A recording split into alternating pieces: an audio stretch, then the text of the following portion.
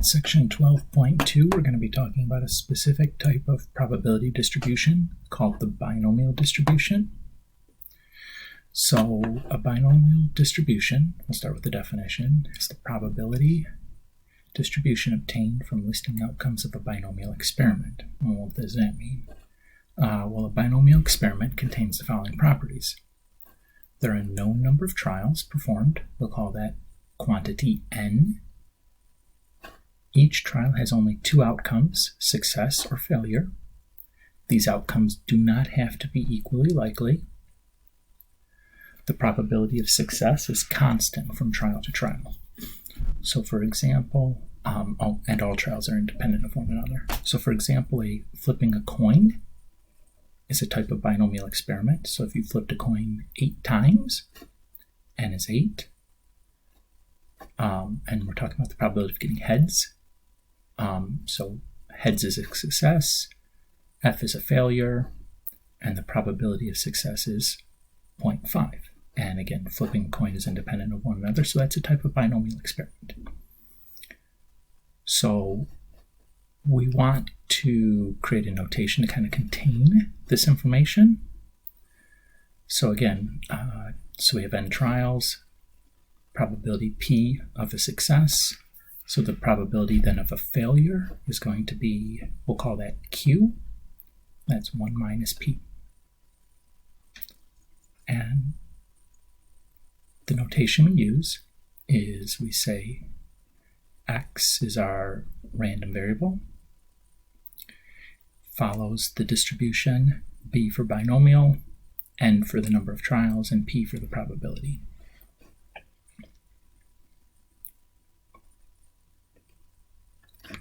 So let's say we have an example here.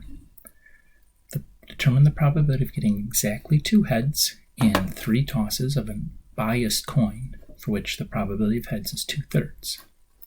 Okay, so one way we could do this is we could build out our tree diagram. So we're doing 3 coin tosses. So flip 1, 2/3 for heads, 1/3 for tails, flip 2, and then flip 3, and we've identified 1, 2, 3 situations where we get exactly 2 heads. So we can add up these probabilities. So 2/3 times 2/3 times 1/3 plus 2/3 times 1/3 times 2/3, and the last one, 1/3 times 2/3 times 2/3. Now notice that when we write these out, if we simplify them down, each outcome gets me the exact same 2/3 squared times 1/3. Because when we're multiplying, the order of doing the multiplication doesn't matter. So we have 3 instances that all have the probability 2/3 squared times 1/3. And that comes out to 4/9 if we simplify that, or you could leave it as a decimal. That's okay also, 0.4 repeating.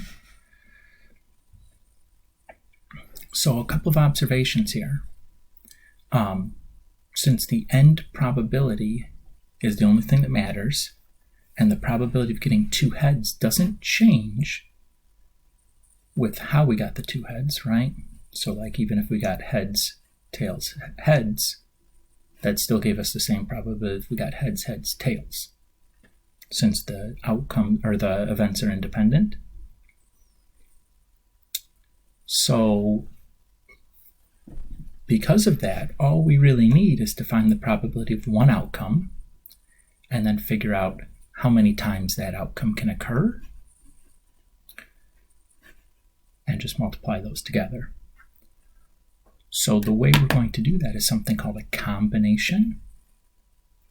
So that'll help us count the number of ways an outcome can occur. So a combination is a situation where you're counting how many ways you can do things where order is not important. So for example, if we go back to the same situation, 1 tail and 2 heads, well, there's 3 different ways to do that, right? And we're going to count those as the same outcome because they just have 2 heads and 1 tail. The order in which the heads and tails appear doesn't matter. If they did matter, that's called a permutation. Not what we're doing here, though. So there's a formula to count combinations, which we'll get to in a moment. But what if, so our tree diagram worked fine, but what if we decided we wanted the probability of getting exactly 2 heads if there was 5 coin tosses, or 6, or 30 instead of just 3? Well, 30 coin tosses, that's absurd. Like, the tree diagram is going to be wholly unhelpful to us there. We need a better way of doing this because it just gets too cumbersome. So let's do this for 6 tosses. So when I read this, I read that we have a binomial distribution because we have 6 trials, n is 6. We have 2 outcomes, success or failure, i.e. heads is a success and tails is a failure. The probability of success is known and constant. It's always 2/3. And all the trials are independent because we know that flipping a coin doesn't depend on the previous coin flip. So this is our binomial distribution. And again, initially this isn't going to help us with this example, but we're going to generalize and get it so it does help us. And we'll show you how that kind of happens here in a moment. Okay. So we know that getting exactly 2 heads is the same no matter the order we get our 2 heads, right? So for example, if we got 2 heads and then 4 tails, the probability of that's going to be the same as if I got heads and then 4 tails and then a head, or any other combination of heads and tails, as long as there's 2 heads and 4 tails. So let's calculate the probability for heads, heads, tails, tails, tails, tails, tails. So heads is 2/3, and then 2/3, and then 1/3, 1/3, 1/3, 1/3. So I get 2/3 squared times 1/3 to the 4th.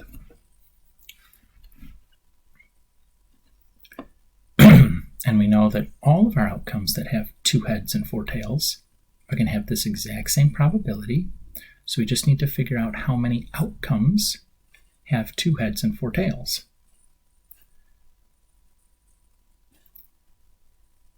So what we're doing is we're going to count combinations. Again, we want to count how many times we can get 2 heads and 4 tails. In that case, things like 2 heads and then 4 tails, or 4 heads and then 2 tails, are no different. That just counts as like a way we can get 2 heads and 4 tails. They're not distinct. So our formula that we're going to use for combination is as follows. So there's a couple of different notations we can represent it. You can write subscript n, c, and then subscript r. You can write superscript n, c, subscript r. The notation we are going to use is a parenthesis with n and r, and there's no division bar here. Really important you don't accidentally write a division bar, because we don't want this to look like a fraction. It needs to look like a combination. So the formula here for this, to calculate this, is n factorial divided by r factorial times n minus r factorial. And again, in this formula, n is the total number of trials. So in our case, that's 6. And r is the total number of successes. In this case, that's 2, because we want 2 heads. And that exclamation point, again, is the factorial notation. So it just means that, like, it equals n times n minus 1 times n minus 2, all the way down to 2 times 1. And important by definition, 1 factorial and 0 factorial are both 1. Again, because it's counting the number of ways to do things.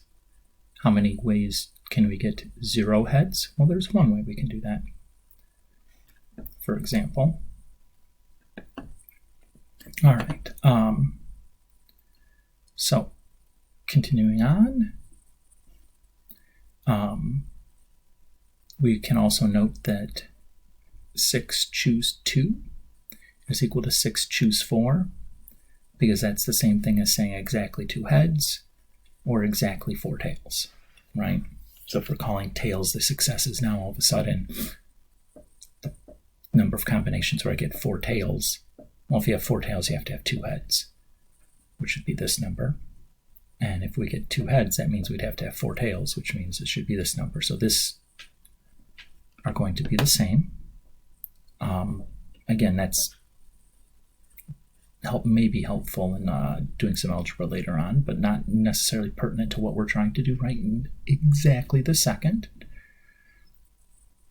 Okay, so now we can compute our probability. So the probability of getting 2 heads for a single trial or a single outcome is this, and the number of outcomes where we get 2 heads is this. So if I multiply this all together, we should get our total probability.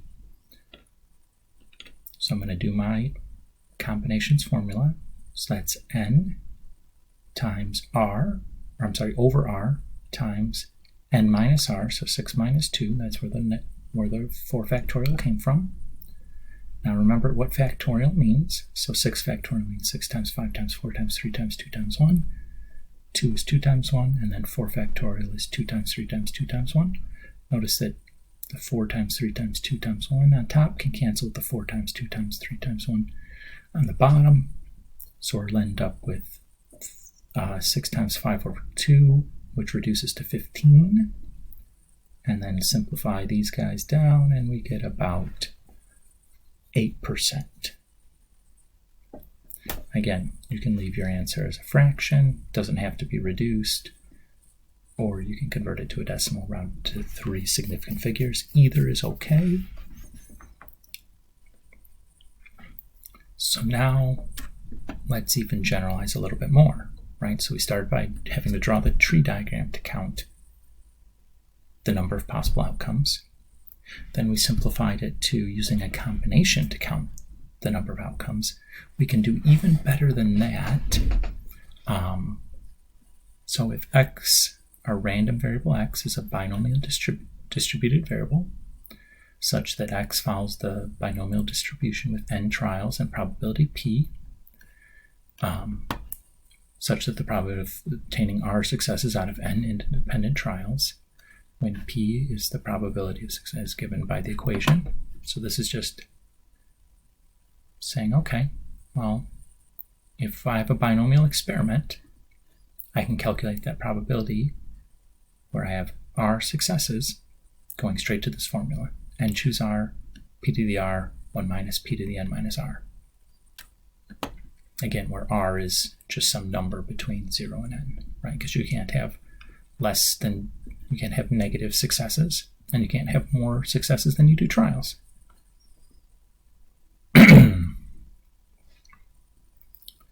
Or you could write it this way, where q is the same thing as 1 minus n. Again, same formula, it just depending on how you want to write it. Okay, this formula would be something that's given to you. I would give this to you on anything I asked you to do, test or quiz-wise, and it will be on your IB exam formula sheet, so you don't need to memorize this, but you do need to know how to use it and what the letters represent. Okay, so let's try this again with a different example. So x is binomial distributed with 6 trials and a probability of success equal to 0.2 for each attempt. So let's start by rewriting this as a binomial distribution. So we say x, where n, the number of trials is 6, and probability p is 0.2. So we do x follows the binomial distribution 6 comma 0.2. So again, n comma p. That's easy, that's nothing more to do there. Now to compute that probability of getting exactly 4 successes, we know that r is 4. So we're going to now fill in our formula where n is 6 and r is 4 and p is 0.2. And now I can use my formula for the combination. And if I go ahead and expand out my combination formula, I can simplify some stuff down. So I end up with 6 times 5 over 2 times 1, or 15. And then grind that through on my calculator, and boom, there's my answer. Or I could round it So my probability there is either, again, the fraction, reduced or unreduced doesn't matter, or the decimal. That I think is an exact value. That's why it's not rounded to 3 sig figs, is because it wasn't rounded at all. So what if we ask instead the probability of getting at least one success? So notice at least one means 1 or 2 or 3 or 4 or 5 or 6. Yuckarooski, that's tailor-made for the complement rule, where at least 1 would mean at most 0, right? So at least 1 would be everything except 0 successes. So our complement will calculate first the probability of getting 0 successes. So that's this. So this is going to be, this combination becomes 1. Again, you'd have 6 factorial over 0 factorial times 6 minus 0 factorial. And 0 factorial is 1. So you'd have really 6 factorial over 6 factorial, which just reduced down to 1. So there's my probability of getting 0 successes.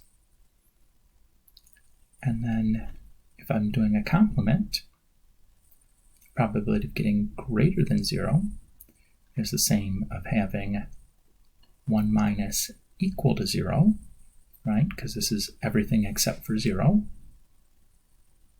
1, 2, 3, 4, 5, 6 successes is all the successes except for 0 success.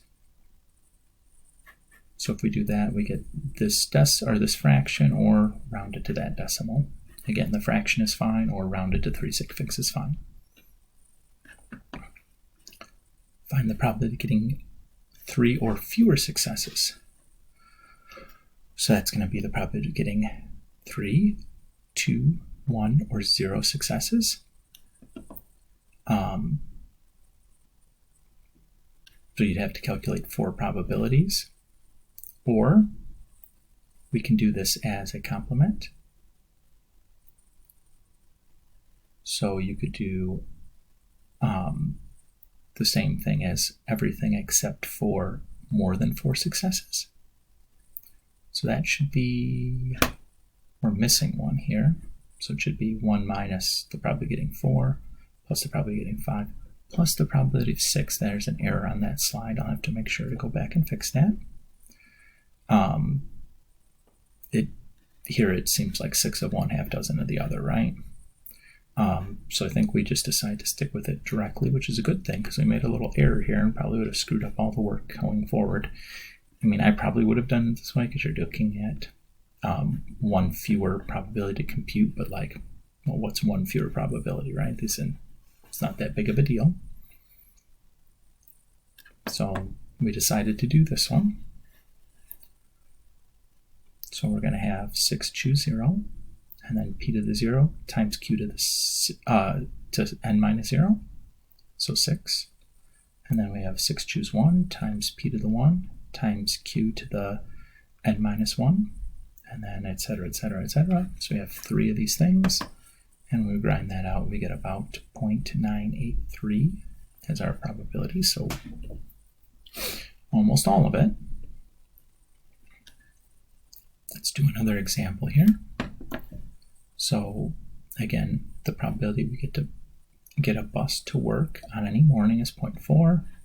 What is the probability of that in a 5-day working week we get the bus exactly twice?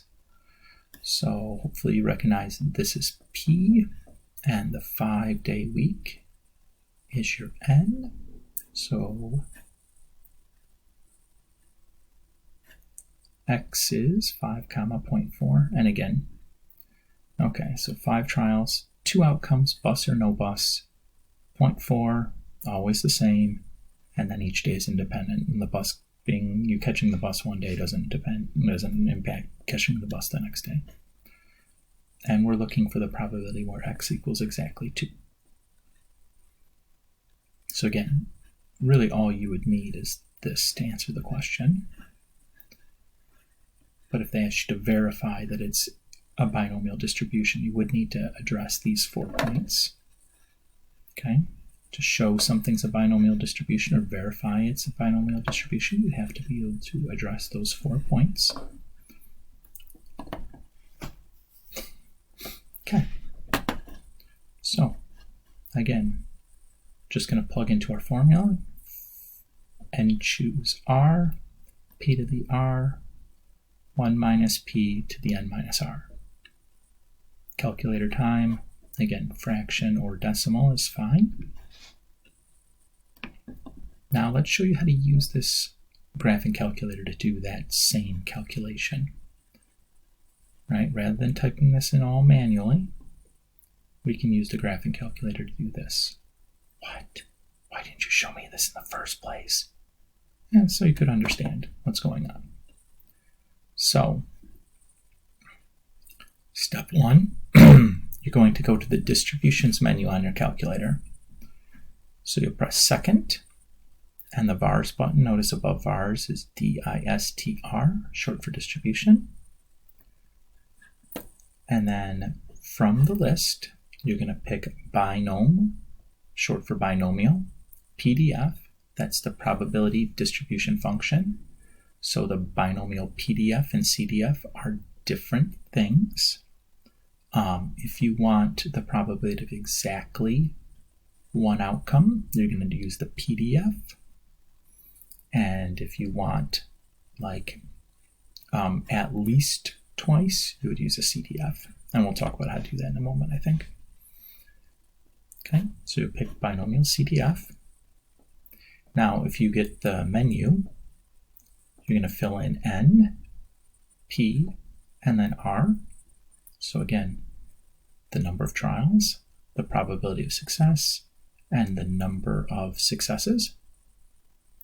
If you don't get this menu, if it just plops binomial PDF with a parenthesis, you'd write 5, 0.4, 2, close your parenthesis, and press enter.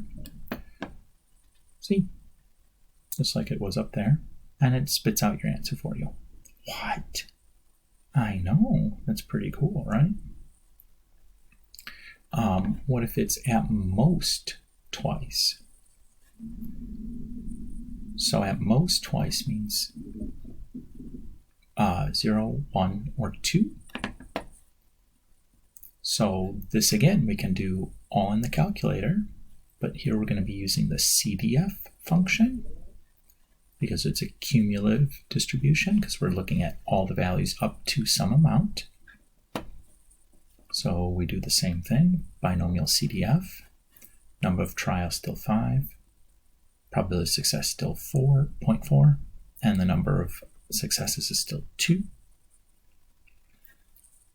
But this time we used the CDF option. So again, we went second, vars, distributions, binomial CDF, because it's not exactly, but it's at most or at least. So those are the kind of outcomes you're going to be using here. Now the trick with the CDF is it has to be an at most problem. If it's an at least problem, we have a little bit of massage to do to get that to work with the CDF, but we can still do it. All right, let's do another example. Well, let's talk about what to do with an at least. If this was at least twice, so it'd be x greater than or equal to 2. So it'd be 2 or 3 or 4 or 5 or 6. Oops, or 5. There's no 6. That's on the previous example. So you'd want to rewrite this as 1 minus p of x is less than 3.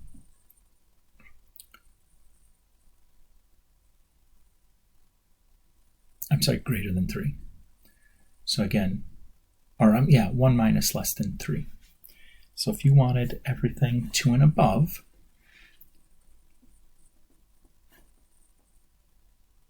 greater than 2.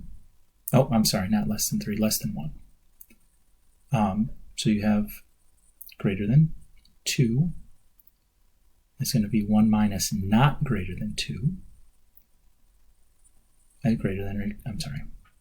So if it's at least twice, that's x is greater than or equal to 2. If we do it as a complement, that's 1 minus x is not greater than or equal to 2, which would mean strictly less than 2. But in this case, that's the same thing as less than or equal to 1, because you can't get decimals less than 2, like the successes are all whole numbered. So strictly less than 2 is the same thing as less than or equal to 1. And then the less than or equal to 1 is a binomial CDF you could do on your calculator. So you do 1 minus binomial CDF 5.41, and that gives you the same thing as greater than or equal to 2. So you have to do is like a complement and be a little bit careful with the inequality there. Let's do the next example. I think this is the last example. Maybe not. All right. So when administering a drug, it is known that 80% of people using it were cured. The testing program administered the drug to 2 groups of 10 patients. What is the probability that all 10 patients were cured from both groups? So we have x, we're going to make a binomial distribution. X is our random variable. Binomial cured or not cured, 2 outcomes, 10 trials, 0.8 is the probability of success, and we want the probability that all 10 were cured.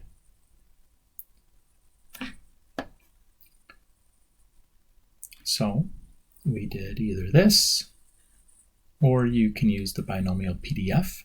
That's fine.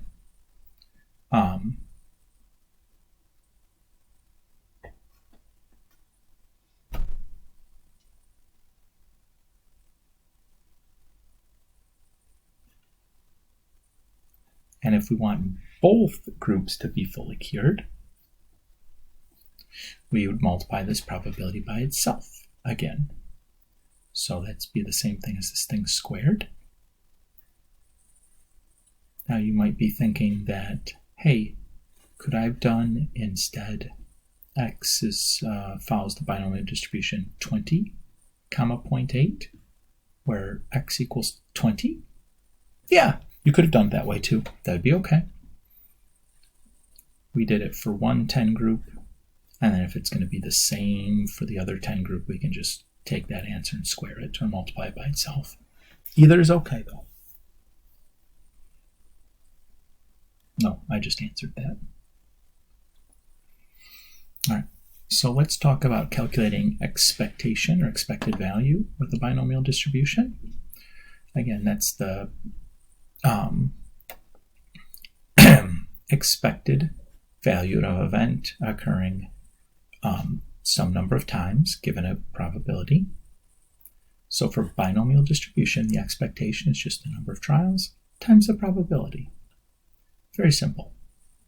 So if it's 10 trials and the probability is 0.5, the expectation should be 10 times 0.5, which equals 5. Or if you're tossing a fair coin 4 times, fair coin tells you the probability is a half. The expectations that heads would come up, well, you do 4 times 1/2. You expect heads to happen twice. Again, we know that. It's the example I use over and over again. If you toss that same fair coin 5 times, you'd expect 5 out of 2 halves, or 2.5 heads. And that's okay, even though that's like an impossible outcome. This is our expected number of outcomes, so it's okay for that to be decimal. So let's look at an example here. So a biased die is thrown 30 times, and the number of 6s seen is 8. The die is thrown a further 12 times. Find the expected number of 6s for those 12 throws. So what we're going to use is we're going to treat this first sentence like an experimental probability and use that to calculate the probability of getting a 6.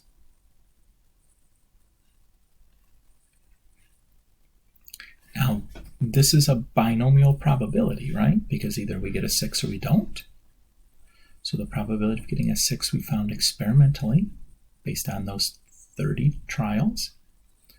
was 4 out of 5. So the number of 6s we'd expect in the next 12 trials should be 12 times 4 out of 15, or 3.2.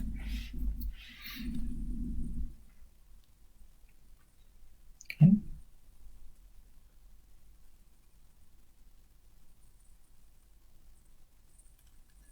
All right, let's talk about how we calculate variance with a binomial distribution. So remember that variance is a measurement of spread as well as standard deviation. The larger the variance, the more spread out we are, and remember that variance is standard deviation squared.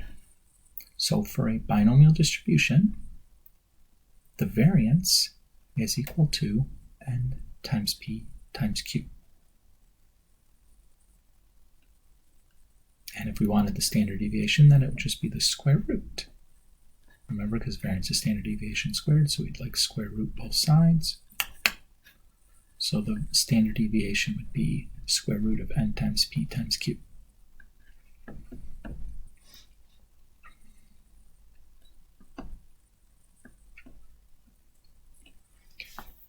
So let's do an example.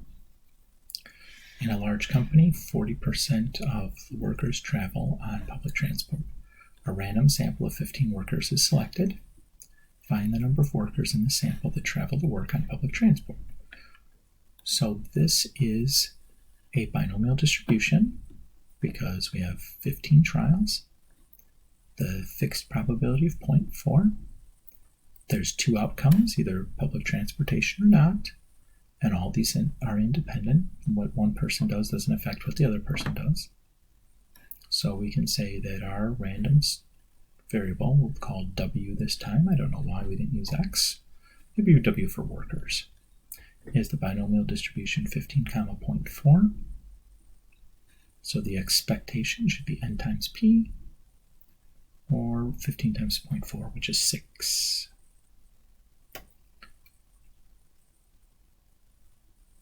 If we want the standard deviation for this distribution, again, we're going to first calculate the variance and then take the square root. Again, we're using the same binomial distribution. So that formula was n times p times q. So 15 times 0.4 times 1 minus 0.4, which comes out to 3.6. If I want the standard deviation, we're just going to square root that, and we get about 1.90. Again, rounded to 3 sig figs. And that'll do it. Have a great day. Bye-bye.